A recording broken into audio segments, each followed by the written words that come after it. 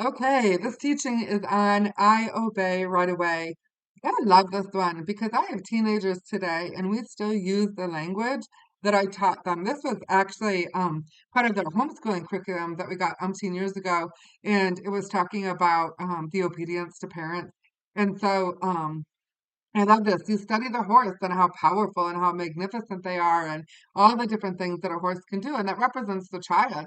But there is a higher authority that that horse must submit to, and that's the owner. And the owner, excuse me, gets to decide if they're going to run around or they're going to be a circus horse or they're going to be a racehorse or they're going to just go for a casual ride or a stroll on the trail, whatever. And so the horse really, I'm sorry, the owner really does have authority. Now, I'm not saying we are the owner of our children, but we do have a level of authority while they are in childhood and to steward that horse, to steward that child really well. And the concept that we really went into is how even though this horse is super powerful and that horse can buck and that horse could probably actually bring harm to the owner or to the rider, right? But that horse learns to use the power yielded to the authority of the rider or to the owner. And so we really went after, you shouldn't have to whip a horse. You shouldn't, I'm not advocating you do that to children, by the way, but I'm just saying, like, you see that sometimes, like in movies in Wild West or whatever. You shouldn't really have to take the spurs and just, jab them into the horse. You shouldn't have to do that. A good horse just simply goes by the pulling of the reins.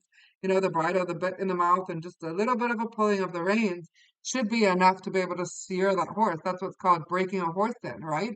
And so we should be able to do this with our children too. And we're teaching and train. I shouldn't have to yell. I shouldn't have to scream. I shouldn't have to like lose my peace. I shouldn't have to like, you know, be like a clown and, get your attention or whatever.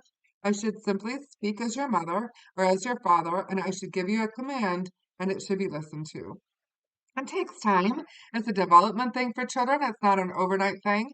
But when you give the concept of being like a horse, it helps them instead of just be like, you didn't obey me, you didn't listen to me. It actually helps them to have a visual for what you're talking about. And what I love about this teaching is this is one of those teachings that in the days to come that you get to cash in on all the time.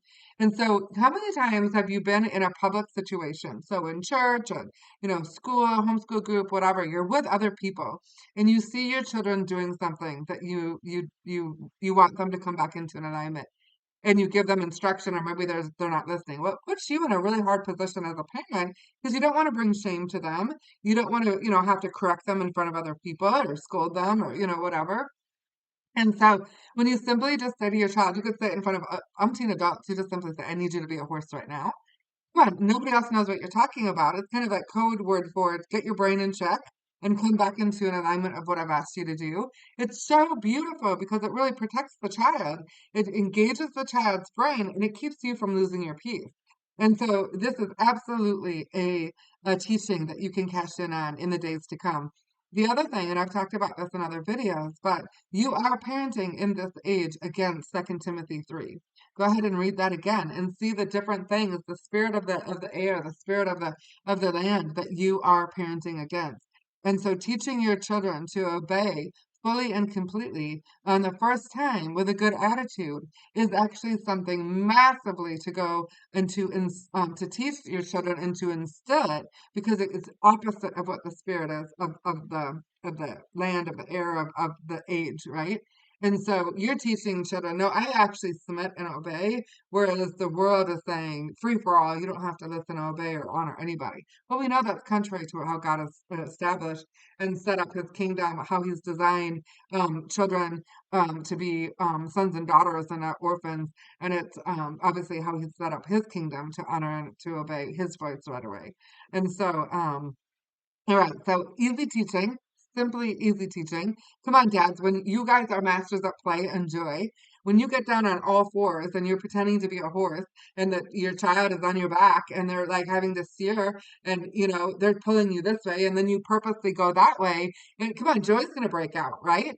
But then you bring it into a teachable moment and you say, come on, when you were riding my back, like the rider, you wanted me to listen to you when you were telling me to go this way. Come on. Come on. It is a great visual for children. So really just want to bless you as you're going after teaching your children how to obey right away.